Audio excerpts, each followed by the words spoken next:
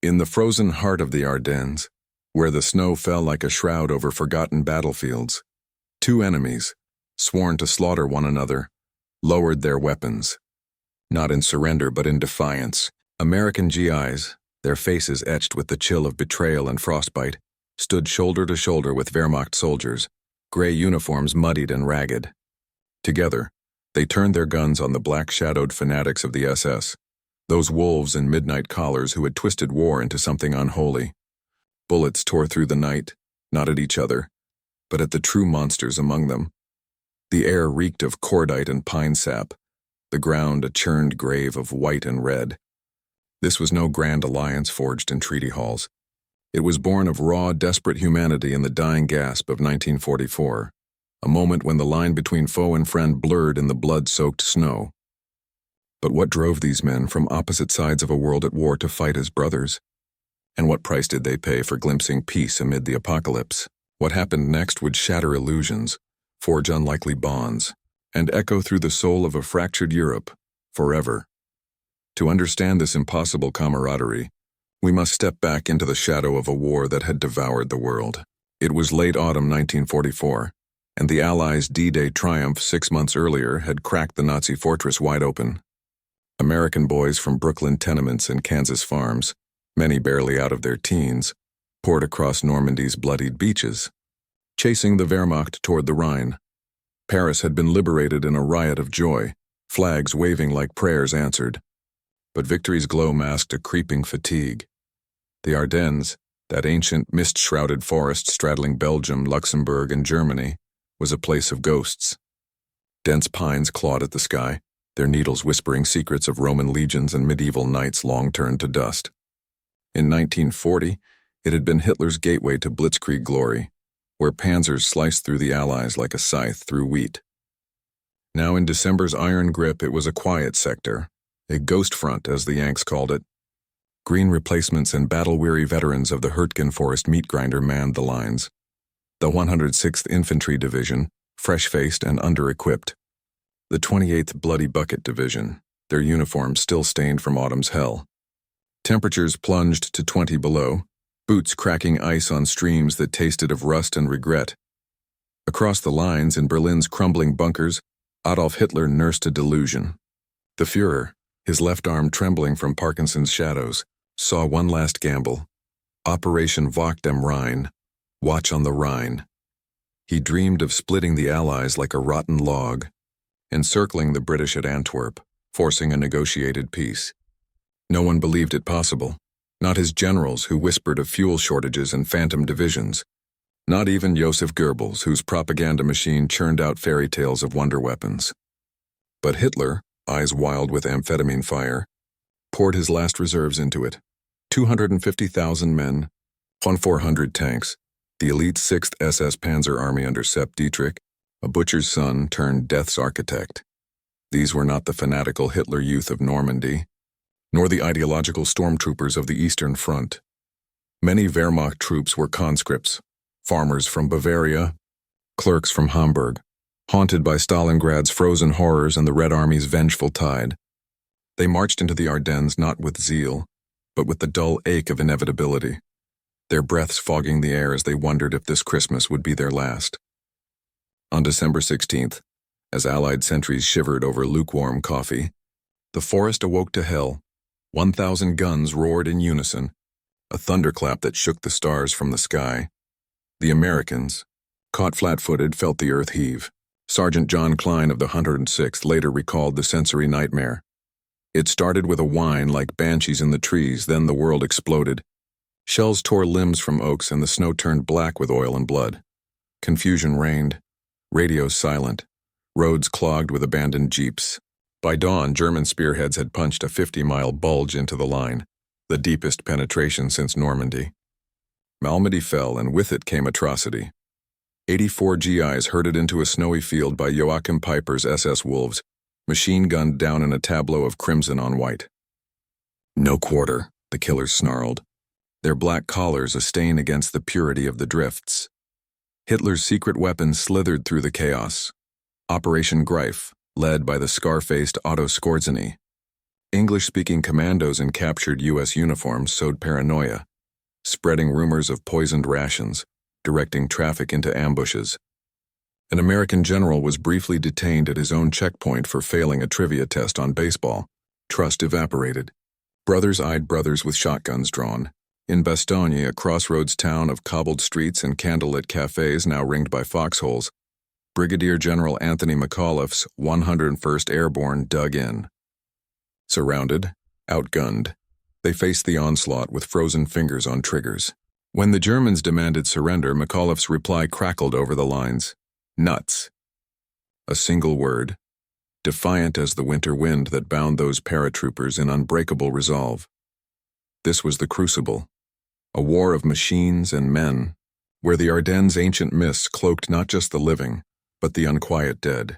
Sensory overload assaulted the soul, the acrid bite of cordite mingling with frozen pine, the wet crunch of boots in bloody slush, the keening wail of the wounded piercing the barrage. Key figures emerged from the fog. Eisenhower, steel-jawed in his chaff headquarters, rerouting Patton's Third Army northward through mud-choked roads. Von Rundstedt, the Prussian aristocrat commanding the offensive, his monocle fogging as he pleaded for more fuel. And Piper, the SS golden boy, whose ambition drove his Kampfgruppe to the brink of glory and infamy. As Christmas Eve's stars pierced the smoke, the bulge swelled, threatening to burst into Allied catastrophe. But in the flanks where the pines grew thickest, something stirred. Not strategy, but the raw pulse of survival. The stage was set for an alliance no map could chart. Deep in the Ardennes' southern shoulder, near the Luxembourg border where the Schur River snakes like a frozen vein, the 326th Infantry Regiment of the U.S. 106th Division held a precarious line. It was December 17, 1944, day 2 of the onslaught. Lieutenant Karl Timmermann, a lanky Iowan with ink-stained fingers from pre-war journalism dreams, peered through binoculars at the swirling white. His platoon, 30 souls strong, huddled in shallow scrapes, M1 Garand slick with rime, ammo low, morale a flickering candle. Opposite them in the gray dawn, advanced elements of the 62nd Volksgrenadier Division, Wehrmacht regulars, not the SS elite. Oberleutnant Heinrich Voss, a Berlin schoolteacher turned reluctant officer, led his company of 80, Voss 32, with a wife's letters tucked in his greatcoat, had seen too many retreats from the east. His men were hollow-eyed conscripts, their Mausers firing in ragged volleys, more to stay warm than to kill. The initial clash was brutal but brief. American bazookas barked, crumpling a half-track. German MG-42s chattered, felling 3 GIs in the open. By noon, Voss's flank collapsed under Piper's SS juggernaut, the 1st Panzer Division's Black Panthers roaring forward on Panther tanks, their treads pulverizing the underbrush. "They're not stopping," Timmermann radioed back, voice cracking over static. "They're everywhere, SS, the real devils." Piper's men, fueled by methamphetamines and Himmler's venom, bypassed the Wehrmacht, careening toward the Meuse. In their wake, they left a trail of horror. Villages torched, civilians bayoneted, the Malmedy dead staring sightless at the sky. Timmermann's platoon fell back to a ridge near Hunningen, linking with stragglers from the 14th Cavalry Group. Voss's company, shattered and leaderless after a shell took his sergeant, stumbled into the same defile, a narrow ravine choked with felled trees and shell craters. Fog rolled in like a conspirator, muffling the world. In the eerie hush, scouts collided. An American bar gunner froze, finger whitening on the trigger, facing a German with hands raised, rifle slung. "No shoot! No shoot!" The German stammered in broken English, eyes darting to the tree line where SS shadows prowled. Timmermann emerged, heart hammering.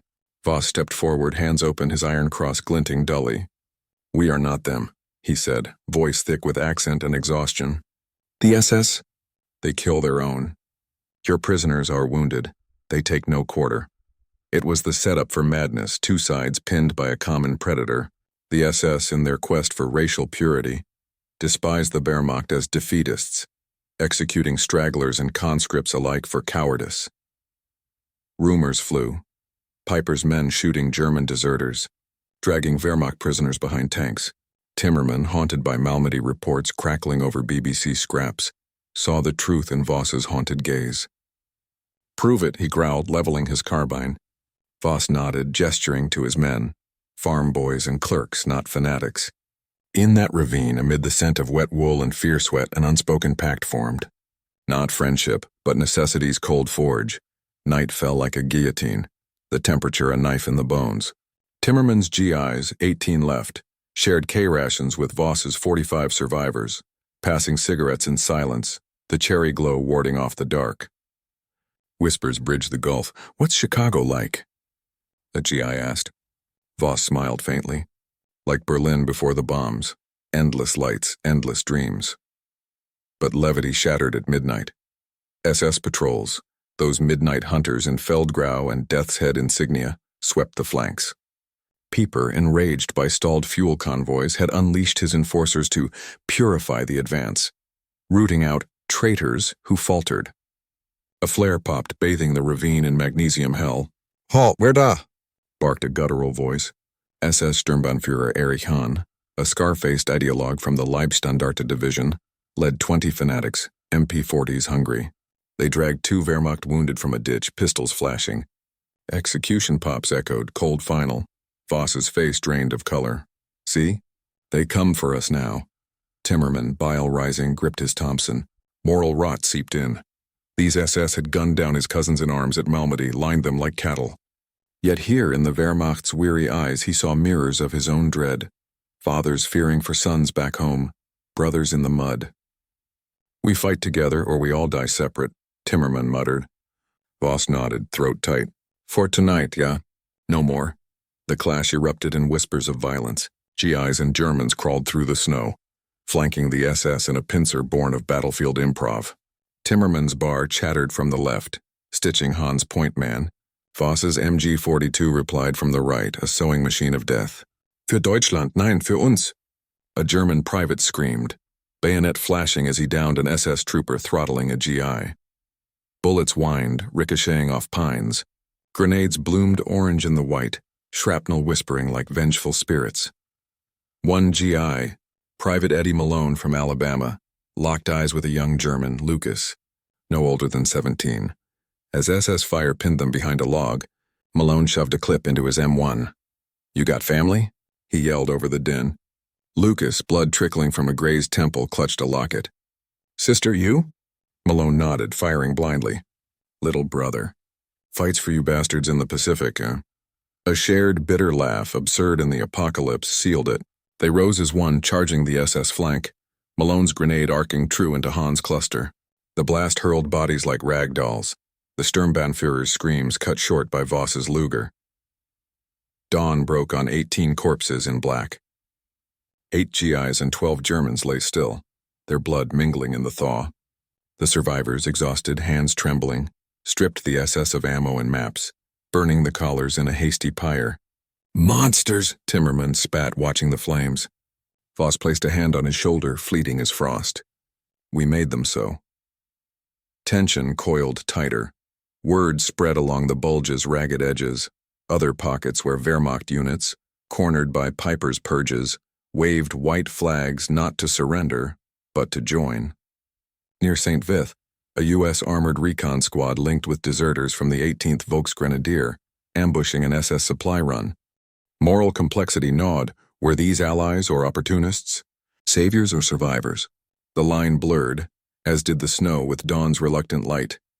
By December 23rd, Week 1's nadir, the bulge crested at 60 miles, Antwerp's ghost in Hitler's grasp. But on the southern ridge near Konsdorf, Timmermann and Voss's fragile band swelled to 60 GIs reinforced by stragglers, Germans by routed companies fleeing SS reassignment. Patton's Third Army thundered northward, but here in this forgotten fold they stood alone. Intelligence from captured SS papers revealed Pieper's push, a fuel convoy, 20 trucks strong, guarded by 100 Leibstandarte fanatics, snaking toward the line at dusk. "Seize it, and we cripple them," Voss urged, map trembling in his grip. Timmermann hesitated, radioing the battalion. "Requesting orders, got Krauts offering to fight SS with us." Static crackled. Then Colonel Buchanan's voice, weary. "If they turn, bury 'em. But if it's real, use it. God help us." The plan coalesced in the snow-dusted farmhouse they claimed as HQ, GIs in the center, Germans on the wings, a trap sprung by flares and feigned retreat. As twilight bled purple into white, the convoy rumbled in, trucks groaning under jerry cans, SS sentries alert, cigarettes glowing like hellish eyes. Timmermann's heart thundered. This was treason to uniform, yet salvation for souls. For home, he whispered. Voss echoed, for Frieden. The signal flare arced, a red comet, and hell unbound, GIs unleashed from hedgerows, bazookas punching armor like fists through paper. Germans poured from the flanks, their Gottmittens belts ironic shields. An SS half-track brewed up, flames licking the sky. Truckers bailed only to meet bayonets in the dark. Hans' brother-in-law, Obersturmführer Klaus, rallied his men. Traitors, filth! But Lucas, the boy with the locket, cut him down with a burst from a stolen Thompson. No more children die for your lies. The melee devolved into primal fury. Hand to hand in the drifts, knives flashing, fists cracking jaws. Malone grappled an SS giant, Malone's bayonet finding purchase as the German's Walther clattered away. Timmermann faced Voss across a crater, back to back against a charging squad. Behind you! Voss yelled, dropping one. Timmermann spun, dropping two. Bullets sang hymns of chaos, the air thick with powder and primal screams. Piper's convoy burned. A pyre of 15 trucks, 1,000 gallons denied. SS dead. 62. Allies. 14 GIs. 18 Germans. As the last echoes died, survivors slumped amid the wreckage, sharing Hauser from canteens, breaths sinking in the cold. A Wehrmacht medic bandaged a GI's arm. An American shared chocolate, black market sweet. In that peak of pandemonium, humanity crested, enemies unmade, if only for a night. Dawn of December 24th brought no peace, only Patton's spearhead crashing through from the south. The bulge's flanks buckled. By January 25th, 1945, the line straightened at cost. 19,000 Americans dead, 89,000 total casualties. Germans 100,000 shattered. Timmermann's band dissolved into the tide. Voss and his men, granted provisional POW status, marched east under guard, but not before a handshake under the pines. You saved us, Timmermann said. Voss, eyes wet, replied, We saved each other. Tell your brother. War ends when men choose. Not all resolutions were kind. Lucas vanished in the rout, his locket found in the snow. A sister's photo faded as hope. Malone, wounded but walking, carried a captured SS dagger as talisman. Its edge dulled like old hate. Timmermann returned stateside, words failing him in VFW halls. Voss survived the camps, teaching history in a divided Berlin, omitting the ridge's grace. Their story, pieced from declassified reports and veteran letters, became legend, small amid the epic but seismic. The SS fury waned without fuel. Piper fled, later hanged at Malmedy trials. In the aftermath, the Ardennes thawed, revealing bones and bonds alike, a testament that even in war's maw, humanity could claw free. What does this whisper from the white tell us of ourselves 80 years on? In the Ardennes' improbable alliance, we glimpse war's profound paradox, how ideology's chains can snap under survival's weight, revealing the shared frailty beneath uniforms. Timmermann and Voss were not heroes of myth, but men, flawed, fearful, forced to confront the enemy's mirror. The SS, with their racial venom, embodied war's moral abyss, not just killing foes, but dehumanizing all, even kin. Their black collars symbolized a cancer that turned brother against brother, turning the Wehrmacht's weary conscripts into prey. Psychologically, it's a masterclass in cognitive dissonance. American GIs, steeped in Hollywood's Teutonic villains, faced Wehrmacht faces not of snarling Hun, but hollow men echoing their own homesickness. Studies from the era, Hastings' veteran interviews, reveal how such encounters eroded propaganda's veneer, fostering situational ethics, alliances born not of philosophy but the gut wrench of shared peril. Voss's choice echoed Viktor Frankl's logotherapy, finding meaning in defiance, not doctrine. For the GIs, it was catharsis amid atrocity, Malmedy's ghosts avenged not by vengeance, but unlikely vindication. Historically, this micro-moment underscores the bulge's macro lesson, desperation's double edge. Hitler's gamble, birthed in delusion, bled Germany dry, reserves vaporized, the Eastern Front's doom sealed. For the Allies, it tested resolve, birthing icons like Bastonia's nuts, and Patton's pivot, Yet broader, it probes humanity's arc. In 1944's frost, foes forged fleeting solidarity. Today, in Ukraine's mud or Gaza's rubble, we see echoes, soldiers pausing ceasefires to share tea, or aid workers bridging divides. The moral? War amplifies our worst but cracks open paths to our best. As Hannah Arendt warned, banality of evil thrives in unthinking obedience. But in Timmermann's Ridge, we see its antidote: deliberate humanity, choosing connection over creed. Compared to now, in an age of drone strikes and cyber shadows, where enemies are pixels not faces, this story pleads for proximity. Climate refugees clashing borders, ideological tribes online. The SS lurks in echo chambers, turning us versus them to ash. Yet Voss's words linger. War ends when men choose. It's a psychological imperative, a historical hope. In recognizing the enemy as other me, we disarm not just weapons, but the war within. As the snows of '44 melted into spring's tentative green, the Ardennes healed, not whole but wiser. Graves dot the hills, markers for the 19,000 gone, a quiet choir singing of choices made in the dark. Timmermann in his final days told his grandson, "We didn't end the war that night, but we ended being enemies if only for a breath. And in that breath I found God again." Voss, penning letters to a reunited Germany, added, "The Ridge taught me, hate is learned, mercy remembered. In our fractured world may we heed their echo, that even in the bulge of despair, alliances await, born of the simple act of seeing the man, not the uniform." Let this story stir you to choose mercy, to bridge the rifts we build.